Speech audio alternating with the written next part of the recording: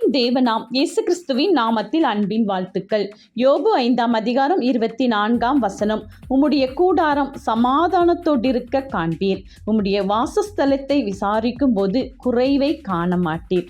பிரியமானவர்களே, நம்முடைய கூடாரத்தில் சமாதானத்தை கட்டளையிடுவேன் என்று கர்த்தர் கூறுகிறார். நம்முடைய இடத்தை விசாரிக்கும் பொழுது எந்த ஒரு குறைவும் இல்லாத நிறைவானதை கொடுப்பேன் என்று கட்டளையிடுகிறார்.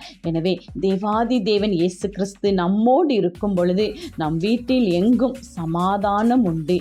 எந்த இடத்திலும் நாம் எதிலும் குறைந்து போவதே இல்லை.